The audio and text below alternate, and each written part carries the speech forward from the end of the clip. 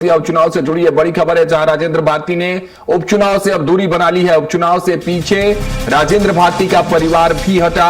High command से किसी अन्य नेता को टिकट देने का आग्रह किया गया है। राजेंद्र भारती की तरफ से 30 जुलाई को उपचुनाव के लिए मतदान होना है, लेकिन उससे पहले ये नई सियासी तस्वीर सामने नजर आ रही है। चूंकि राजेंद्र भारती के अयोग्य साबित होने के बाद उनके परिवार के किसी सदस्य को टिकट देने की बात सामने आ रही थी। राजेंद्र भारती के लड़के ने दिल्ली में राहुल गांधी से मुलाकात भी की थी। उसके बाद कयास लगाए जा रहे थे कि उनके परिवार से या तो उनके धर्मपत्नी या उनके बेटे को टिकट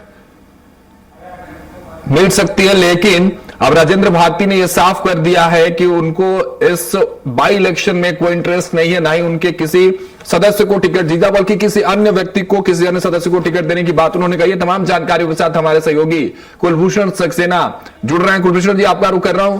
ये नई सियासी तस्वीर अब देखने को मिल रही है। कल तक राजेंद्र भारती जरूर कह रहे थे कि उनको इंटरेस्ट नहीं है इस बाई इलेक्शन में, आगामी विधानसभा इलेक्शन के लिए वो इंटरेस्टेड है, लेकिन अब तस्वीरें क्या साफ हो रही है? क्या ये तस्वीरें साफ हो गई कि ना राजेंद्र भारती, क्योंकि वो तो अयोग्य साबित है, ना ही उनके परिवार का कोई व्यक्ति इस उपचुनाव में, चुनावी मैदान में होगा?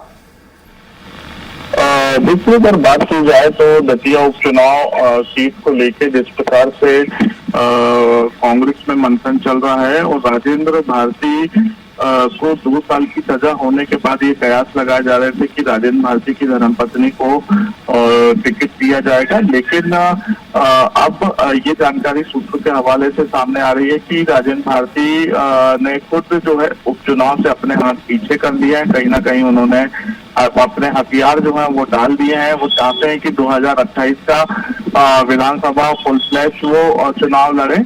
उपचुनाव के लिए उन्होंने हाईकमान एआईसीसी और पीसीसी से कहा है कि किसी दूसरे उम्मीदवार को जो है उपचुनाव की जिम्मेदारी दी जाए। फिलहाल राजेंद्र भारती दिल्ली में इस वक्त मौजूद है, मेडिकल रेस्ट में है वो, लेकिन अब देखने वाली बात होगी कि एआईसीसी और पीसीसी क्या कुछ फैसला लेता है। दतिया उपचुनाव में कांग्रेस की तरफ से प्रत्याशी कौन होगा, लेकिन एक ये बड़ी खबर हम ये कह सकते हैं, क्योंकि राजेंद्र भारती खुद दतिया विधानसभा सीट से 2023 में विधानसभा चुनाव जीते थे। मध्य प्रदेश के कद्दावर नेता नरोत्तम मिश्रा को उन्होंने चुनाव हराया था, लेकिन 2 साल की सजा होने के बाद जब सीट खाली होती है तो जब उनकी धर्मपत्नी और उनके बेटे को टिकट देने की बात सामने आती है तो कहीं ना कहीं वो खुद ही जो है पीछे हटते हुए नजर आते हैं, उनका परिवार पीछे हटता हुआ नजर आता है। अब देखने वाली बात होगी कि कांग्रेस हाईकमान क्या कुछ फैसला जो है दतिया उपचुनाव सीट को लेकर लेती हुई नजर आएगी। ठीक है कुलभूषण जी, बहुत शुक्रिया हमारे साथ जुड़ने के लिए। तमाम जानकारी आपने साझा की।